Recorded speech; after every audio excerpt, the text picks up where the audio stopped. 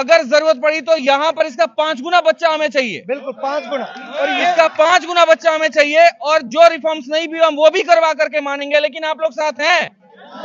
लड़ाई आप लड़ रहे हैं और कोर्ट में मैं लड़ रहा हूँ, केस फाइल कर चुका हूँ। उन्होंने बोला है 3 महीने में ज्वाइनिंग करवाऊंगे, लेकिन एसएससी का कोई भरोसा। जो आप कह रहे हो कि इसमें वेटिंग लिस्ट आ सकती है, वो इसलिए नहीं आ सकती। उन्होंने कहा कि कुछ ऐसे बच्चे और भी होंगे जो उस लिस्ट में चले गए, क्योंकि ऐसा नहीं है ना 30 साल बाद वाला बच्चा ही जेएसओ ले रहा है या एसआई ले रहा है, कोई भी बच्चा ले सकता है, किसी की भी स्टैटिस्टिक ठीक हो सकती है। तो उन्होंने कहा कि उसको उसमें कोई नीची पोस्ट मिल गई हो और इसमें ना मिली हो, क्योंकि आपकी कट ऑफ तो कम जाती है, तो इसलिए इसमें वेटिंग लिस्ट नहीं आ सकती। जो भी बातें उन्होंने कही है ना, तो हम 100% इस बात पे रिलाई नहीं कर सकते हैं। मैं पहले आप लोगों की एक बात को बता दूं कि ऐसा नहीं है कि उन्होंने कह दिया और वो ब्रह्मा की लकीर है और वो सत्य होगा ही होगा। सबसे बड़ी बात यहाँ पर ये क्या होती है, आप समझो, क्योंकि आप लोग जो यहाँ पर आए हो ना, दो चीजों के कारण आए हो। एक तो मतलब मान लीजिए जो आपके साथ में विश्वासघात हुआ है वो, और दूसरा जो हमने बुलाया हमारे ऊपर में विश्वास करके आए हो। उन्होंने एक बात बोली है कि आप 6 रिफॉर्म्स बताओ, हम 10 करने के लिए तैयार हैं। हम 10 क्या 12 बता के आएंगे, करो तुम लोग। और चेयरमैन साहब अकेले नहीं है कि अकेले जो है डिसीजन ले पाए। 10-12 लोगों के साथ मीटिंग होती है इनकी, उसके बाद वो रिटन में कुछ आश्वासन दे सकते हैं। नॉर्मलाइजेशन वाला जो मुद्दा है, सिंगल डे मेंस पेपर होना चाहिए, एग्जाम पेपर बनाने में कोई एरर नहीं होनी चाहिए। टीसीएस जो है जो 9-10 क्वेश्चन गलत दे देता है, उसके बाद सबको बोनस मार्क्स देने पड़ते हैं, किसी क्वेश्चन के नहीं देते बार बार। फिर उसके बाद पोस्ट प्रेफरेंस जो है ये फाइनल आंसर की दिए बिना, फाइनल मार्क्स बताए बिना भरवाते हैं। ये सब चीजें उन्हें पहले से पता है और उन्होंने बोला है कि इस बार चीजें सुधारी जाएंगी 2025 में। जो मतलब ऐसा नहीं है कि पहली बार है, ये 5 सालों से होता आ रहा है कि जब जब सिलेक्शंस मतलब जब भी रिजल्ट अनाउंस होता है ना, तो कुछ ना कुछ डिस्क्रिपेंसी रहता ही है। ऐसा नहीं है कि बहुत मतलब कुछ फेयर अच्छा सा रिजल्ट आ जाए, कुछ ना कुछ बच्चे परेशान रहते हैं, बट इस बार कुछ ज़्यादा ही हो गया। इस बार आपके क्वेश्चंस बहुत सारे रॉन्ग आ गए, तो ये तो नहीं होना चाहिए था ना। अब किसी को बताने में भी खराब लगता है कि 1 से 2 ह्यूमन एरर्स हो सकते हैं, बट इतने सारे क्वेश्चंस के आंसर कैसे रॉन्ग हो सकते हैं। और एसएससी अपनी गलती मान भी नहीं रहा है, एक बार अपनी गलती भी तो मानो। जस्टिफिकेशन क्या है, सबको नंबर बांट दिया, तो ये भी तो जस्टिफिकेशन नहीं है ना कि बहुत सारे बच्चों को जिस क्वेश्चंस का आंसर नहीं आता था उसको भी नंबर मिल गया। सब टीचर सुबह 12 बजे से यहाँ बैठे हुए हैं, आए हुए हैं, लेकिन उसके बाद भी कोई सुनवाई नहीं है। बार बार आते हैं, सिर्फ एक बात बोल कर चले जाते हैं कि आज है नहीं, आज अवेलेबल नहीं है। अब आप डिस्कशन के लिए भी तैयार नहीं है, वो तो बहुत गलत होगा ना। यहाँ स्टूडेंट्स बैठे हैं, सब टीचर्स बैठे हैं, कोई यहाँ पर प्रोटेस्ट नहीं कर रहे, जस्ट एक डिस्कशन के लिए आपसे बात कर रहे हैं। सुबह से तैयार है और हम तो रात भर बैठने के लिए भी तैयार है। जब तक आप सुन नहीं लेते तब तक यहाँ से नहीं जाने वाले, कि एटलीस्ट इन बच्चों के लिए जो 4-4 साल 5 साल मेहनत करते हुए आ रहे हैं, कुछ तो यहाँ सुनवाई होनी चाहिए उसके लिए। स्कैम प्रूव करने के लिए तो शायद सालों लग जाए, कोर्ट लग जाए, कुछ भी लग जाए, लेकिन एक बेसिक सी बात आपको सबको ही समझ में आ जाएगी एक बार सुनने में ही। जैसे लगभग 1.5 लाख बच्चे मेंस का पेपर देते हैं, ठीक है। इस बार टोटल इन्होंने 20 क्वेश्चंस गलत कर दिए। मान लेते हैं कि उसके अंदर से 5 ही क्वेश्चन पे रिप्रेजेंटेशन लगा होगा, तो अब आप 1.5 लाख के आंकड़े को 5 गुना 100 यानी 500 से मल्टीप्लाई कर लीजिए। इतना तो मेंस का रिप्रेजेंटेशन से अमाउंट इकट्ठा होता है। गलती उनकी, क्वेश्चन गलत डाले उन्होंने, पैसा भरेगा बच्चा, और ये सिर्फ मेंस का है। अभी तो प्री में 40 शिफ्ट होती हैं, उनमें जितने क्वेश्चन गलत है उन पे जो रिप्रेजेंटेशन लगता है उसका ये अमाउंट मल्टीप्लाई आप करेंगे तो हर साल ये 30 से 40 करोड़ रुपया बनेगा। हम कह रहे हैं घर पे कि हो जाएगा, कोई ना कोई तो पोस्ट मिल ही जाएगी, लेकिन बाद में पता चल रहा है नहीं हुआ। अब हम किसी से कैसे कहें कि हमारा हुआ ही नहीं, हमें और तैयारी करनी पड़ेगी।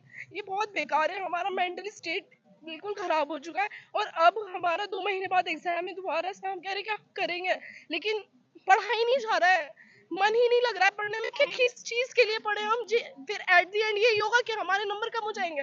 इनके बाद प्रॉपर हो जाएगा। अगर मतलब जो 17 में हम आए थे, 17 में तो मिलने के लिए कई दिन लगाते थे, आज तो फर्स्ट डे मिल लिया गया। आप सबको पता होगा कि कई टीचर्स भी, हम में से मैं भी कईयों बार यहाँ ऑफिस आके चला गया कि हमें चेयरमैन साहब से मिलना है, चेयरमैन साहब से मिलना है, बट कोई मुलाकात आज से पहले नहीं हुई थी। बट जब आज हम सारे टीचर्स यहाँ आके बैठे और आप सब लोग आए, तो जो एक कलेक्टिव आवाज उठी कि भाई अब तो हमें मिलकर जवाब चाहिए, जो इस जवाब की हम तलाश में थे कि एसएससी ये मानती भी है कि वो गलत है या नहीं, तो वो चीज आज हो पाई आप सबकी बदौलत और सब शिक्षकों की बदौलत कि मिल पाए चेयरमैन साहब से। और वो भी छोटी मीटिंग नहीं, पहले ये जरूर कहा गया कि हाँ भाई 5-7 मिनट आप जो कहना है कह लीजिए, लेकिन लगभग 1.5 घंटे से भी ज्यादा वहां पे बैठे और बैक टू बैक बात हुई, हर टॉपिक पे बात हुई। उन्होंने खुद कहा कि ये जो अनफेयरनेस है ये सब हम एक्सेप्ट करते हैं, बट आप अगर ये सोच रहे हैं कि हमने उनको सारे ऑप्शन दिए, हमने कहा कि आप ये ओवर एज वाले बच्चों को लास्ट तक लेके गए नॉर्मलाइजेशन, इस पे आपको रिजल्ट रिवाइज करना चाहिए। इस पे भी उन्होंने कहा कि मैं अभी आपको कुछ नहीं दे पाऊंगा, मना कर दिया कि अभी नहीं बोल पाऊंगा, आप मुझे लिखित में दे दीजिए और मैं उस पर सोचूंगा, ऊपर बात करके बताऊंगा कि रिजल्ट रिवाइज हो सकता है या नहीं। दूसरी चीज हमने कहा कि भाई आप इन बच्चों का, जो बच्चे 344 नंबर लाके भी बाहर रह गए, आखिरी अटेम्प्ट था, इनको एक एक्स्ट्रा अटेम्प्ट ही दे दीजिए। उन्होंने कहा ये सरकार के हाथ में या फिर कोर्ट हमें आदेश करे। पहले ये कहा, हमने कहा हम सरकार से बात करेंगे, सरकार से ये कहलवाएंगे। लास्ट में उन्होंने धीरे से ये कह दिया कि कोर्ट से काम जल्दी हो जाए। ये उनके सब थे, जो एज इट इज उनसे बात हुई वो मैं आपको बता रहा हूं। उन्होंने कहा कोर्ट अगर हमें कहता है तो हमें आपत्ति नहीं है, हम इस पे तैयार हो जाएंगे कि बच्चों को एक अटेम्प्ट और मिल जाए, क्योंकि गलत तो हुआ है, वो हर एक बात पे मान रहे हैं। इनफैक्ट आप जिन हम सोच रहे थे कि सवाल गलत आए, अभी तक हम भी यही सोच रहे थे कि चेयरमैन को मतलब नहीं है, ये पैसा कमाने के लिए हो रहा है, तो उनको गलत सवालों में 7-8 तो उन्होंने हमें बता दिए कि 14,3 वाला सवाल सही हो सकता था, बट वो कह रहे थे ये चेयरमैन नहीं सही करता, ये जो आंसर की चेयरमैन नहीं बनाता है। अब ये बन गई और रिजल्ट रिवाइज हो गया, रिजल्ट जारी हो गया, तो अब कुछ नहीं हो सकता है। बट मैं आपको वादा देता हूं कि आज के बाद कोई सवाल गलत नहीं आएगा। ये कम से कम 5 से 7 बार बोला है, और भी लोग गवाह हैं, तुषार है यहाँ पे, भाई जिस बात पे गलत लगे वो बता देना। इन्होंने खूब लड़ा, ये भी थे, इन्होंने खूब कहा, इतना रिक्वेस्ट किया कि भाई हमारा तो भविष्य चला गया, 2023 में आपने चला दिया, 2024 में अब आपने ये कर दिया। फिर बात आई नॉर्मलाइजेशन की, तो उन्होंने कहा कि मैं ये वादा देता हूं कि आज के बाद मेंस कभी 2 शिफ्ट में नहीं होगा। ये भी बोला कि बात चल रही है इसकी। एक उन्होंने ये भी कहा कि जो है हमने आगे डाला हुआ है सरकार को कि फॉर्म फीस बढ़ा दें, ताकि ऐसा ना हो कि 36 लाख लोग फॉर्म भरते हैं, हमें व्यवस्था उतनी ज्यादा करनी पड़ जाती है, और हम जो है कम बच्चे फॉर्म भरें, 36 लाख के बाद पहुंचते 18 लाख हैं, तो हम इस पे भी सोच रहे हैं। ये बात थी नॉर्मलाइजेशन पे। आपका कोई क्वेश्चन है तो आप उस पर भी पूछ सकते हैं बीच में। हाँ, डिफिकल्टी लेवल पे बता देता हूँ। हाँ, एक हमने कहा कि एक बच्चा एमटीएस की नौकरी ले रहा है, उन्होंने बहुत इत्मीनान से सुना, सीएचएसएल की भी ले रहा है और इसकी भी ले रहा है। वो बोले इसमें कर कुछ नहीं सकते, बट इस साल से क्या होगा, पहले सीजीएल होगा, सीजीएल का रिजल्ट आ जाएगा, फिर सीएचएसएल, फिर उसका रिजल्ट आएगा, यानी जिसको सीजीएल में नौकरी मिल जाती है वो सीजीएल फिर भरेगा नहीं, सीएचएसएल, फिर एमटीएस होगा। और हमें भी इस बात की शर्मिंदगी है, ये सब थे, कि एमटीएस का पेपर सीजीएल के लेवल से ऊपर आ रहा है। हमने कहा 90% कट ऑफ जा रही है, तो उन्होंने कहा डिफिकल्टी लेवल पे भी अब सवाल टीसीएस नहीं बनाएगी, ये खत्म कर दिया। इस पे तो उन्होंने ये नहीं कहा कि करेंगे, इस पे उन्होंने कहा कर दिया है, ये काम हमने कर दिया है कि अब टीसीएस पेपर नहीं बनाएगी, क्योंकि वो जिम्मेदारी नहीं ले रही, इतने गलत सवाल आ रहे हैं। उन्होंने अपने आप से जेई का जिक्र करा, बोले आप अपना छोड़ो, सीजीएल का जेई में देखो कि 100 सवालों में 16 गलत। जेई वाले पे भी उन्होंने ये बात की, हर एक चीज पे ये बात हुई। उन्होंने कहा कि ये कमेटी जो रिजल्ट बनाती है, जो डिसाइड करती है कि किसको मार्क्स टू ऑल देना है और किसको नहीं देना है। अब वेटिंग लिस्ट की बात आई, तो वेटिंग लिस्ट में हमने कहा कि आप जो वेटिंग लिस्ट है वो इस पे दे सकते हो एमटीएस में, तो उन्होंने कहा इस पे हम सोचेंगे, कोशिश कर रहे हैं कि कैसे इस चीज को खत्म किया जा सके। दूसरा जो मैंने उनको सजेशन दिया, बहुत प्रेशर से कम 20 बार बोला होगा, जिसपे उन्होंने कहा कि मैं इस पे ऊपर बात करके अप्रूवल लेने की कोशिश करता हूं, वो मैंने ये कहा कि आप मत लाइए वेटिंग लिस्ट, लेकिन आपको पता है इस बार इतने सारे बच्चे बाहर हो गए, तो आप एटलीस्ट ऐसा कर लीजिए कि जो बच्चे लोअर ग्रेड वाले हैं, 2400 ग्रेड पे, उनको कोई तो नौकरी मिल जाए। 2400 मिलेगी तो किसी को एतराज नहीं होगा, 2400 सबसे नीचे की नौकरी है, तो इस पे उन्होंने कहा कि हम सोचेंगे। हाँ, नॉर्मलाइजेशन पे उन्होंने कहा कि नॉर्मलाइजेशन का फॉर्मूला ठीक तरीके से बिहेव करे, इसके लिए कमेटी भी बना दी है, मे भी हम परसेंटाइल ले आए जो ये प्री में भी आपको इम्पैक्ट ना करे, ये बात बोली। और किसी बात पे बात थी? फाइनल आंसर की वाली बात हो गई, क्या थी कि 2 दिन पहले आप फाइनल आंसर की, 1 हफ्ते पहले आप फाइनल आंसर की दे दो। ये आप मत करो कि फाइनल आंसर की के बाद बच्चे को आइडिया हो जाएगा उसको पोस्ट प्रेफरेंस भरना है या नहीं भरना, ये भी बात हुई। और उनके ही एक बंदे ने बोला कि पहले हम स्टेट प्रेफरेंस भी लिया करते थे, तो उस पर भी चर्चा हुई, लेकिन उस पर कोई ऐसी कंक्लूड बात नहीं हुई। इस पे कोई बात नहीं, कोई बात नहीं। डीबी वाला पॉइंट, हाँ, डॉक्यूमेंट वेरिफिकेशन का सुन लीजिए। हमने कहा कि डॉक्यूमेंट वेरिफिकेशन तो डिपार्टमेंट को करना चाहिए, इतनी सब गड़बड़ें आ रही हैं। उन्होंने खुद कहा कि जब वो जो डिपार्टमेंट कर रहे हैं, मिनिस्ट्रीज कर रही हैं, उसकी वजह से हम पे आरोप आ रहा है, तो हमने खुद सरकार को कहा कि हम डॉक्यूमेंट वेरिफिकेशन करेंगे, तो सरकार ने हमें ये कह दिया कि आपका काम केवल एग्जाम लेना है, डॉक्यूमेंट वेरीफाई करना नहीं। यही बोला भाई कि आपका काम एग्जाम लेना है, डॉक्यूमेंट वेरीफाई करना नहीं, इसीलिए हमारे हाथ में अभी डॉक्यूमेंट वेरिफिकेशन नहीं है। हाँ,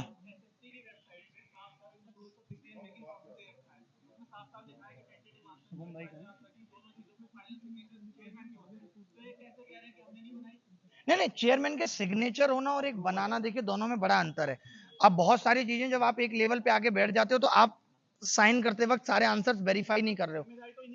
नहीं, जिम्मेदारी हो गई, ये मैं मानता हूँ, तो मान रहे हैं इस बात को, तो आप कह रहे हैं, लेकिन अब तो बात सुन रहे हैं। तो अब इसका रास्ता, मेरी बात तो सुनो, अगर एसएससी को 2024 में झुकाना है और मजबूर करना है, और वो करना भी चाहिए हमें, क्योंकि हम सारी बातों पे एकदम ट्रस्ट नहीं कर सकते, ताकि रिफॉर्म्स आए भी तो उस रिफॉर्म्स का आधार 2024 ही है। आप ये नहीं कह सकते कल को कि भाई 2025 में ऐसा कर देना। वो कहते हैं ठीक है कर देंगे, अभी भी तो कहा है, खुद कहा है अभी। डीवी मैं वाला वही पॉइंट भी अभी रह जाता है एक तुम्हारा डीवी वाला भी पॉइंट, डीवी वाला पॉइंट डॉक्यूमेंट वेरिफिकेशन ना, तो वो बाकी है। बैठना पड़ सकता है फिर से भी। बिल्कुल बैठना बिल्कुल बैठना पड़ पड़ सकता सकता है है, फिर से भी। और अभी हमें कोर्ट में भी बहुत फास्ट प्रोसीडिंग करनी पड़ेगी ताकि हम इनको झुका पाए। जो इन्होंने वास्तविक ग्राउंड पे गलती की है उसमें तो सुधार होना चाहिए। तो उन्होंने खुद भी कहा कि भाई आप कोर्ट में कहो, और हमारे पास भी उन्होंने खुद कहा, मैंने आपके पास क्या जवाब है, मैं नहीं पूछा उनसे, पूछा भाई मैंने कहा आपके पास जवाब क्या है, आप कोर्ट में क्या जवाब दोगे कि आप 800 बच्चों को डोरे थे। उन्होंने कहा यही देंगे कि पिछले साल भी ऐसा हुआ था, उससे पिछले साल भी ऐसा हुआ था, सुधार हुआ ही नहीं है। वो बहुत सारी चीजों में खुद बोले कि ये सारी चीजें पहले से खराब चलती आ रही है, तो मैं भी यही जवाब दूंगा। तो इस जवाब पे तो कोर्ट कन्विंस होने वाली है नहीं कि इस जवाब पे कोर्ट कन्विंस हो जाएगी। इस पे भी बात हुई, बोला नहीं भाई कि, तो उन्होंने इस पे ये दिखाया कि इतने लोगों की व्यवस्था करनी पड़ती है, लेकिन हम इस पे भी फोकस कर रहे हैं, इस पे भी हम ध्यान कर रहे हैं। पैसे बढ़ाएंगे। हाँ, पैसे बढ़ाने वाली बात की, और एक ये कहा कि हम दूसरा कीबोर्ड भी रखें, दूसरी चीजें भी रखें। हाँ, अब स्टैटिस्टिकल इन्वेस्टिगेटर वाली इनकी डिमांड थी कि भाई, मैंने उनको यही कहा कि यूपीएससी ने अभी इतना हार्ड कर दिया फॉर्म भरना, ये फॉर्म में हर चीज की डिटेल ले रहे हैं, बट आपके यहाँ कोई अगर कैटेगरी भी अपनी अलग भर देता है तो वो लास्ट तक पहुंच जाता है। तो उस पे उन्होंने क्या कहा, उन्होंने कहा कि आप ये जो जितने भी पॉइंट बता रहे हो कि कौन कौन लोग भर्ती हैं, आप एक ये लिस्ट ले आओ और मुझसे दोबारा मिल लो, मैं आपको आश्वासन देता हूं कि मैं जितनी भी ये खामियां इनको दूर कर दूंगा। खुद बोला ये बात कि आपको जो लग रहा है अभी आपके दिमाग में सारी अभी आ भी नहीं रही होंगी, आप सब लोग बात कर लो जितनी भी है। और जो आप कह रहे हो कि इसमें वेटिंग लिस्ट आ सकती है, वो इसलिए नहीं आ सकती, उन्होंने कहा कि कुछ ऐसे बच्चे और भी होंगे जो उस लिस्ट में चले गए, क्योंकि ऐसा नहीं है ना 30 साल बाद वाला बच्चा ही जेएसओ ले रहा है या ऐसा ही ले रहा है, कोई भी बच्चा ले सकता है, किसी की भी स्टैटिस्टिक्स ठीक हो सकती है। तो उन्होंने कहा कि उसको उसमें कोई नीची पोस्ट मिल गई हो और इसमें ना मिली हो, क्योंकि आपकी कट ऑफ तो कम जाती है, तो इसलिए इसमें वेटिंग लिस्ट नहीं आ सकती।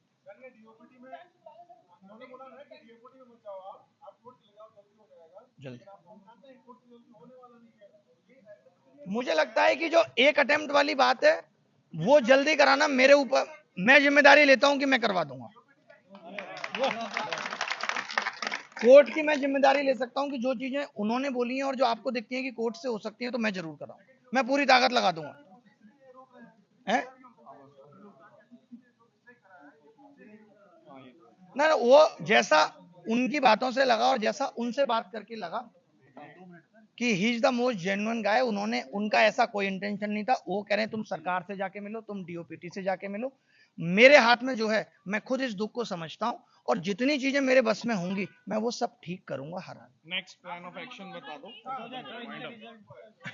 अब नेक्स्ट प्लान ऑफ एक्शन थोड़ा डिफरेंट तरीके से बताना पड़ेगा। बताते हैं, मैं बता रहा हूँ। बहुत नहीं, इसके बाद वो बड़ा बताएंगे। ये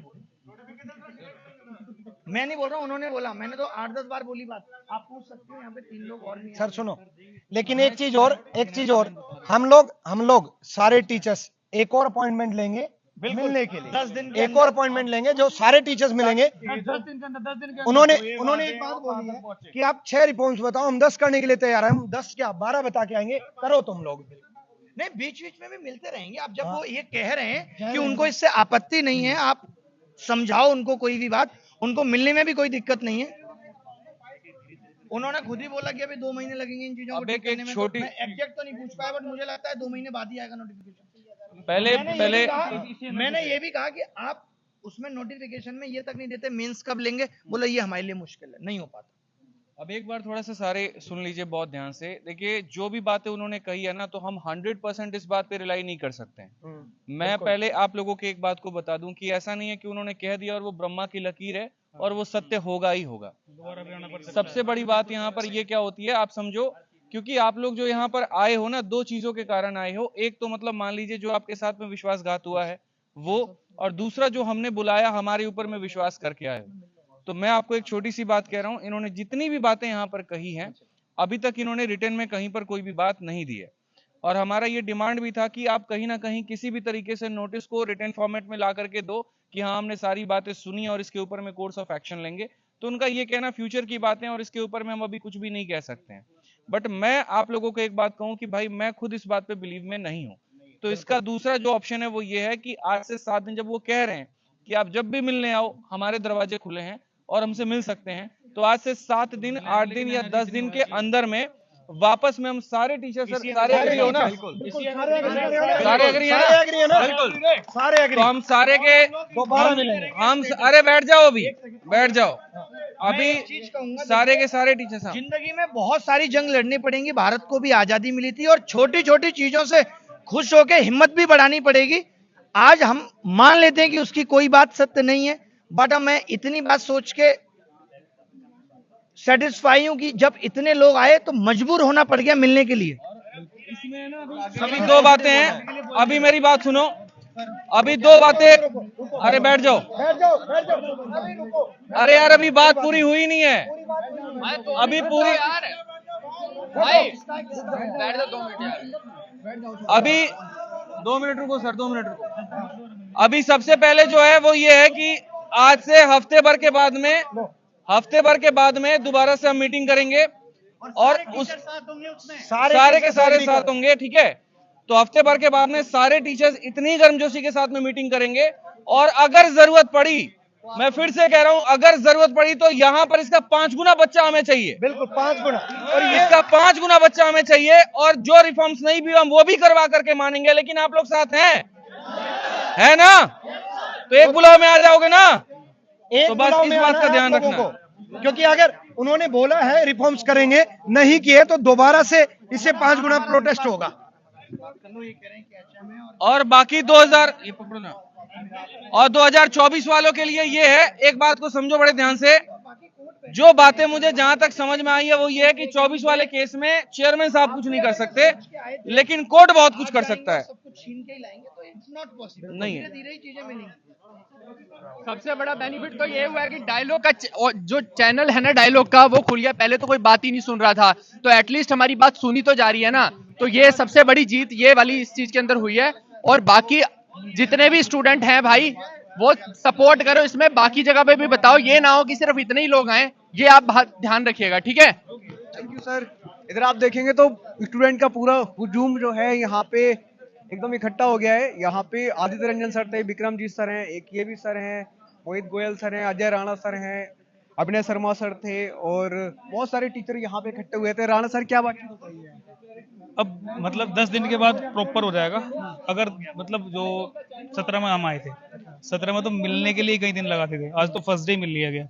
तो इन्होंने आश्वासन दिया 25 के लिए कि मतलब जितनी चीजें 24 में हुई हैं वो इतनी दिक्कतें नहीं होंगी 25 में। जो क्वेश्चंस गलत आए वो गलत नहीं आएंगे, ठीक है। उसके बाद जो रिफॉर्म्स हैं जो आप मतलब डिमांड कर रहे हो वो सारे रिफॉर्म्स करवा लो। अगर आपको 24 में रिफॉर्म चाहिए तो उसके लिए आप कोर्ट का दरवाजा खटखटाओ या फिर सरकार से बात करो। दो बातें ये है कि अभी के लिए ये लॉलीपॉप है सर, और जो रिफॉर्म्स आप लोग डिमांड कर रहे हैं वो रिफॉर्म करेंगे, लेकिन अपने अंदाज में नहीं सर, अपने टर्म्स के अकॉर्डिंग। हाँ, ये छोटी मोटी गलतियां नोटिस नहीं देंगे।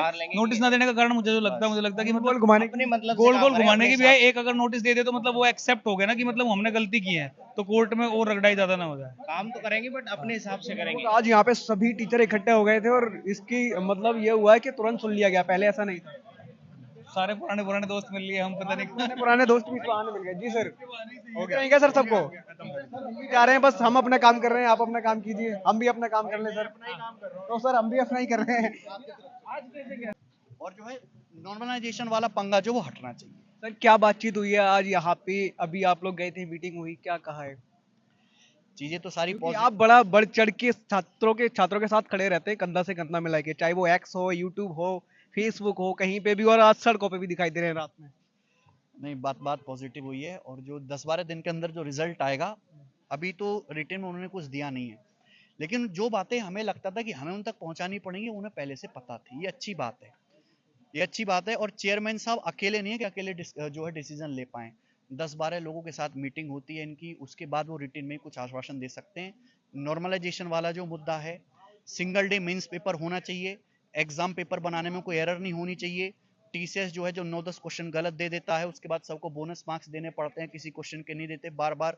फिर उसके बाद पोस्ट प्रेफरेंस जो है ये फाइनल आंसर की दिए बिना, फाइनल मार्क्स बताए बिना भरवाते हैं। ये सब चीजें उन्हें पहले से पता है और उन्होंने बोला है कि इस बार चीजें सुधारी जाएंगी 2025 में, नहीं सुधारी जाएंगी तो हम दोबारा मुलाकात करेंगे वही। लेकिन लिखित में नहीं दिया था कुछ नोटिस? लिखित में नहीं दिया है। लिखित लग रहा है कि कहीं घुमा ना दिया जाए गोलमाल? देखो, इंसान अगर देखने से भी लगता है कि पहले नहीं ऐसा नहीं है। हो सकता है कुछ सारी चीजें ना सुधरे, लेकिन कुछ सुधार तो आएगा, लेकिन धीरे धीरे सारा सुधार आएगा। जो सुधार नहीं होगा वो कोर्ट से। रिजर्व लिस्ट एमटीएस में आ सकती है, सीएचएसएल में आ सकती है, या जैसे जेओसी की एक लिस्ट बनती है उसमें आ सकती है। जैसे सीजीएल में तो हम लोग 65 जॉब्स हो गई हैं बढ़ते बढ़ते ना, 65 डिपार्टमेंट्स। उसमें टेक्निकल इश्यू ऐसे हैं कि उसमें वेटिंग लिस्ट नहीं आ सकती। लोअर पोस्ट पे आ सकती है, फुल एग्जाम प्रोसेस में नहीं आ सकती। वेटिंग लिस्ट परफेक्ट जो होती है, ट्रेडिशनल वेटिंग लिस्ट, उन्हीं पेपर में आ सकती है जिनमें single exam single post. SBI clerk है, 4000 बच्चों ने पेपर भरा, सब क्लर्क बनने, कोई GST, income tax, custom, excise में नहीं जा रहा, सबकी अलग अलग कट ऑफ नहीं लग रही, उन्हीं में ट्रेडिशनल वेटिंग लिस्ट आ सकती है। तो वेटिंग लिस्ट का मामला जो वो बहुत टिपिकल है, बहुत टेक्निकल है, लेकिन फिर भी कुछ पोस्ट में और एमटीएस में या सीएचएसएल में भी थोड़ा जुगाड़ करके वेटिंग लिस्ट आ सकते हैं, रिजर्व लिस्ट। 24 का उन्होंने करने से पूरे हाथ खड़े करने के रिजल्ट जारी हो चुका, टीम ने बना पे आज सभी सर सभी अध्यापक यहाँ पे आज आए थे। तो पहले ऐसा बताया जा रहा है कि पहले जब आते थे तो पहले दिन ये लोग सुनते नहीं थे। आज ऐसा हुआ है कि गगन प्रताप सर आए, आदित्य रंजन सर आए, अभिनय शर्मा सर आए, लोगों को ऐसा लग नहीं रहा था कि तोप लेके नहीं आए कि उन्होंने सुन लिया या मैंने उनको डराया है। सज्जन आदमी थे, ठीक आदमी थे। और लेकिन सुबह से ऐसा नहीं कि उन्होंने एकदम हमारी बात सुननी। हम 6 घंटे 7 घंटे यहाँ पे बैठे रहे, धूप में बैठे रहे, बहुत सारे बच्चे, तब जाकर उन्होंने शाम को समय दिया मिलने का। क्या फिर से लगभग कुछ दिनों के बाद मीटिंग होगी? फिर से मीटिंग होगी और वो मीटिंग 2024 का नोटिफिकेशन आने से पहले ही होगी। गगन प्रताप सर फिर से सड़कों पे आएंगे। सर एक और इन्होंने सीपीओ में एक क्वेश्चन पहले सही किया, फिर फाइनल आंसर की निकाली, उसको गलत कर दिया। और ऐसा है कि उस पे ऑब्जेक्शन भी नहीं उठा सकते हम, और सही था जबकि वो जैसे बुक्स का जो होता है उसको कैटेलॉग बोलते हैं, और बाद में उन्होंने कुछ दे दिया और उसमें ऑब्जेक्शन उठा ही नहीं सकते हम, तो उसको कैसे सही करेंगे? हमारा तो नंबर गया ना। वो कोर्ट से ही हो सकता है। अगर इस तरीके से इश्यू हैं वो कोर्ट से ही हो सकते हैं, या फिर ट्रेंड आप कराओगे ट्विटर पे तो हो सकते हैं। इन्होंने तो पूरे तरीके से क्योंकि एक बार इन्होंने रिजल्ट बना दिया ना, उससे पीछे हटना इनके लिए बहुत बड़ी मजबूरी है। अगर कोई आदमी गलती भी कर देता तो गलती थोड़ा ना मानेगा। जब 2-3 साल से हो रहा है तो चेंज भी नहीं कर देते। हो गया, टीसीएस वेंडर चेंज हो चुका है। अब जाके सर 2-3 साल फिर आपने जो कहा है कि मतलब कि 90% अबव से मतलब अब सबके सब बच्चे पास हो सकते हैं, चाहे टायर 1 की बात हो चाहे टायर 2 की, तो क्या बात सच है कि मतलब अभी भी मतलब कुछ चांस नहीं? उन्होंने बोला है कि एमटीएस सीएचएसएल एमटीएस का पेपर मुश्किल आ रहा है सीजीएल के पेपर से, देखो उसके सवाल ज्यादा मुश्किल हैं। तो उन्होंने बोला है कि अब फर्क दिखाई देगा एमटीएस में। एमटीएस लेवल 10th के सवाल होंगे और उसमें दिखाई देगा कि सीजीएल का जो पेपर है वो थोड़ा मुश्किल रखा जाएगा, यानी कि पेपर के लेवल को डिफरेंशिएट किया जाएगा। टीसीएस के पास क्या, उन्होंने 50,000 क्वेश्चन बैंक बना ली, एक सॉफ्टवेयर है, सॉफ्टवेयर क्वेश्चन निकालता है, वो पेपर अपने आप सेट होता है, मैनुअली कोई चेकिंग नहीं होती है। तो वो मैनुअली चेकिंग होगी और एमटीएस, सीजीएल, सीएचएसएल, सीपीओ सबके पेपर में लेवल में फर्क दिखेगा। तो सर मतलब जो क्या कहते हैं, जो मतलब एवरेज स्टूडेंट है वो मतलब अपना एम्बिशन रख सकते हैं ना सीजीएल के लिए? जो लोग सिलेक्ट हुए हैं वो पढ़ के ही सिलेक्ट हुए हैं, कोई आसमान से नहीं टपके। नॉर्मलाइजेशन की, लेकिन लक बाई फैक्टर था, लक बाई फैक्टर बहुत चला है। जब से देखेंगे यहाँ पे गगन प्रताप सर के चारों तरफ स्टूडेंट का एक सर्कल बना हुआ है और सर्कल के बीच में रात में सड़क किनारे गगन प्रताप सर खड़े हैं और छात्रों के लिए यहाँ पे लगभग सभी अध्यापक यहाँ पहुंचे थे और अभी भी छात्रों से ही बात कर रहे हैं। छात्रों के जो भी डाउट है उन पे ही बात कर रहे हैं। हाँ, आपसे ये जानना चाहूंगा, मेरा आखिरी सवाल है, जो अब नेक्स्ट मीटिंग आपकी होने वाली है, आपने बताया कि उस टॉपिक पे होगी, अभी आपके आसपास में बहुत सारे स्टूडेंट खड़े हैं और बहुत सारे तो चले गए, अब जो आपको नहीं आ पाए, नहीं कह रहे भाई, आप टेंशन फ्री रहो। सर ऐसे भी आपके बहुत सारे स्टूडेंट होंगे जो ड्यूटी भी कर रहे होंगे क्योंकि सिलेक्ट हो चुके हैं, आप उनको क्या कहना चाहते हैं जो आज यहाँ पे नहीं आ पाए? उनको क्या कहना चाहते हैं जो टूट चुके थे कि यार इस बार नहीं हुआ? जो यहाँ पे नहीं आ पाए, मैं उनको आश्वासन दे रहा हूँ कि चीजें पॉजिटिव साइड गई हैं, पढ़ाई करते रहें, एग्जाम टाइम पे होगा और 2025 में 2024 की तरह खामियां नहीं होंगी। सारे टीचर एकजुट है, दोबारा भी मीटिंग करेंगे, लेकिन आपको पढ़ते रहें। 2025 में हम वो गलतियां नहीं करने देंगे एसएससी को जो इस बार हुई हैं। ब्लंडर हुआ है तो इस बार 2024 के प्रोसेस में। थैंक यू सर, बहुत बहुत धन्यवाद। 12 बजे से यहाँ पर बैठे हैं और एसएससी में 2023 का भी मुद्दा है जिस पर कंटेम्प्ट ऑफ कोर्ट लगा था एसएससी पे। 2024 का भी मुद्दा है जिसमें 19 क्वेश्चन गलत कर दिए और नॉर्मलाइजेशन का ऐसा खेल खेला कि 344 नंबर लेने के बाद भी सिलेक्शन नहीं हुआ बच्चे का।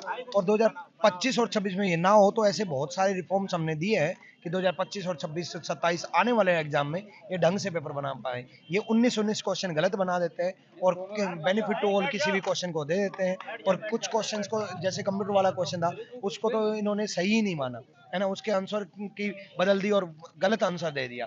बस इनको बस क्लेम करना चाहिए स्टूडेंट को और क्लेम करके बेनिफिट टू ऑल मिल जाएगा सबको। तो अभी हम 2025 के लिए भी 26 के लिए भी सुधार करके रहेंगे। सारे टीचर सारे स्टूडेंट यहाँ पर बैठे हैं एसएससी हेड ऑफिस के बाहर और 12 बजे से हम लोग बैठे हैं। पहले में बोला गया कि 5 मिनट में मिलवा रहे हैं, 10 मिनट में मिलवा रहे हैं, फिर बोले 7 बजे मिलवा रहे हैं और अभी तक नहीं मिलवाया है। कोई बातचीत नहीं हो पाई। आप देखेंगे जितने भी बड़े बड़े पॉपुलर टीचर हैं वो सभी मौजूद है और स्टूडेंट का काफी यहाँ पे क्राउड इकट्ठा हो चुका है धीरे धीरे और बहुत सारी स्टूडेंट है। क्या नाम है दोस्त आपका? अमर नाम है। आपने भी अटेम्प्ट दिया था? नहीं, मैंने नहीं दिया है। फिर भी आप आए हैं? फिर भी मैं आया हूँ। आपने दिया था? मेरा नाम जगजीवन है, मैंने सीजीएल फ्री दिया था, फ्री क्लियर हुआ था, मेंस क्लियर नहीं हुआ। तो हम आज प्रोटेस्ट करने आए हैं। तो एसएससी में तो पता नहीं कैसे कैसे लोग बैठे हैं, शायद उन्होंने पढ़ा लिखा भी नहीं होगा।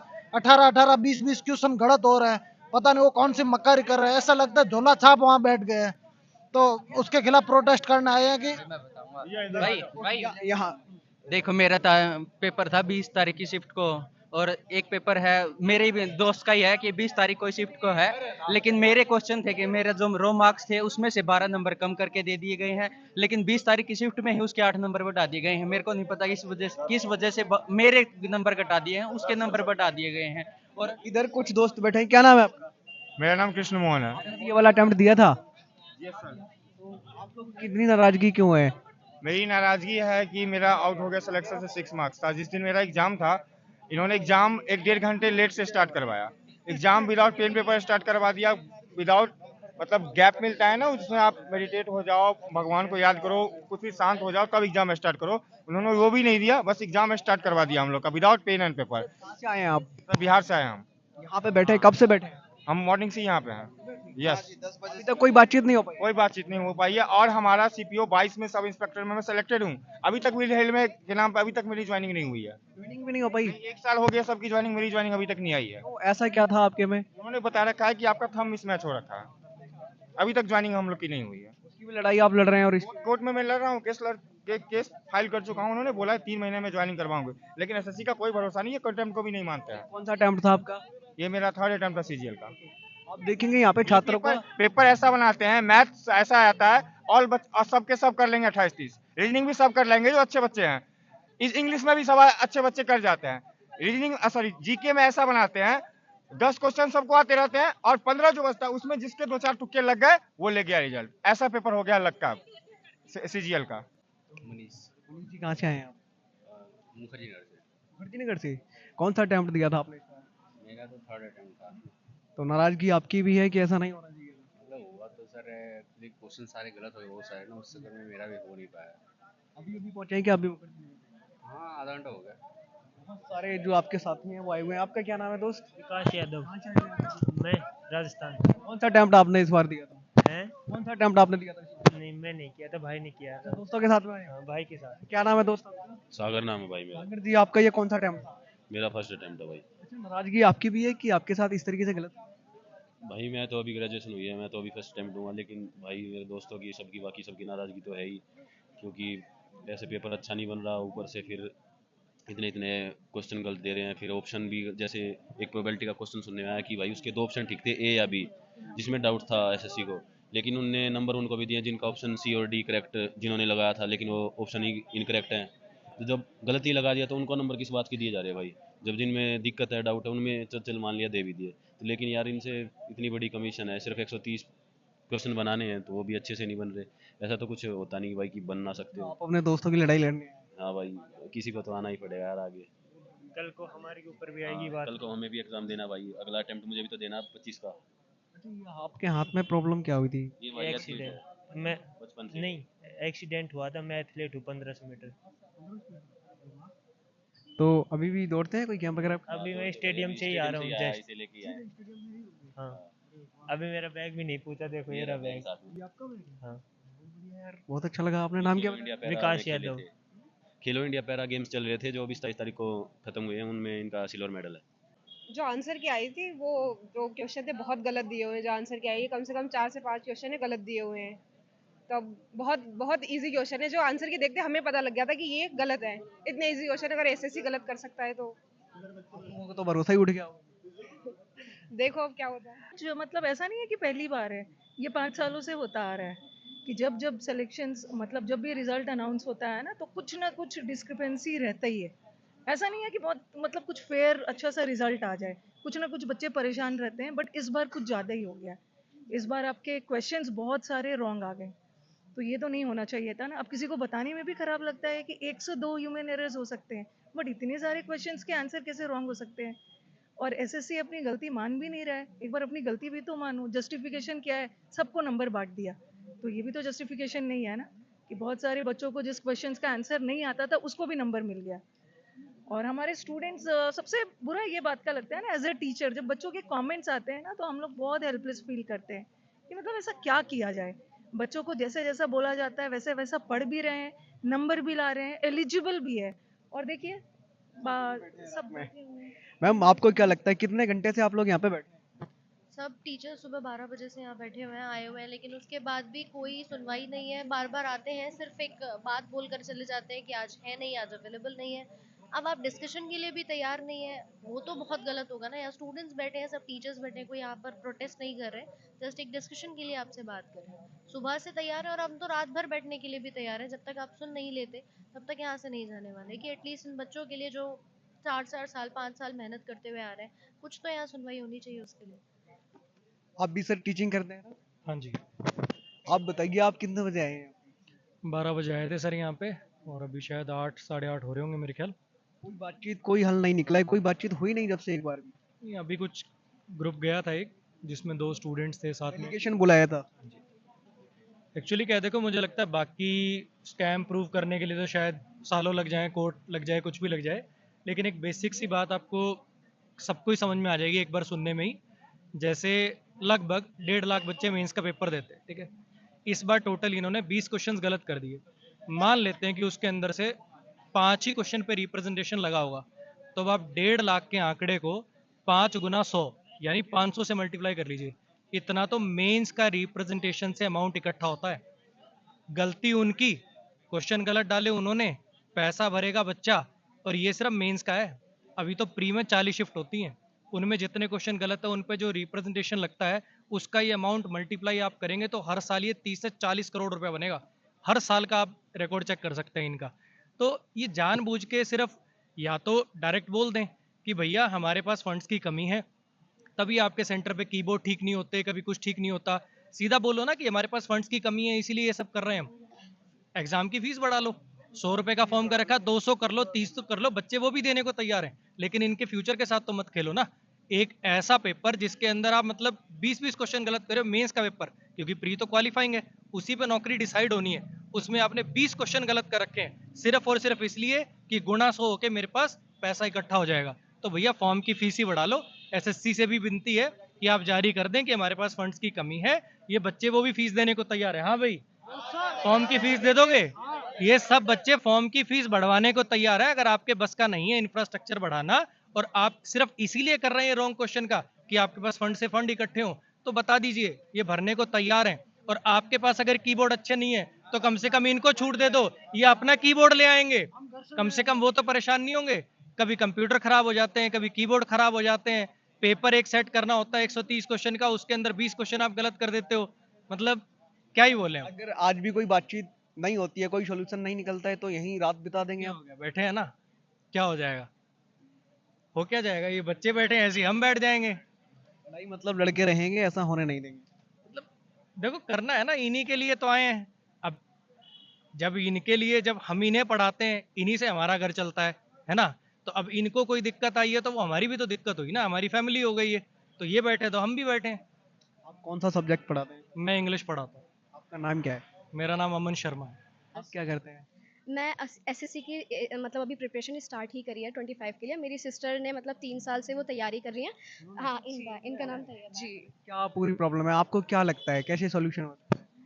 सॉल्यूशन यही हो सकता है कि क्वेश्चन वो गलत ना बनाए, तो हमें ये रहेगा ना कि हमने जो करा है वो ठीक करा है। फिर बाद हमें पहले तो लग रहा है कि हमारा नंबर आ जाएगा, फिर बाद में हम कह रहे हैं घर पे कि हो जाएगा, कोई ना कोई तो पोस्ट मिल ही जाएगी, लेकिन बाद में पता चल रहा है नहीं हुआ। अब हम किसी से कैसे कहें कि हमारा हुआ ही नहीं, हमें हमें और तैयारी करनी पड़ेगी।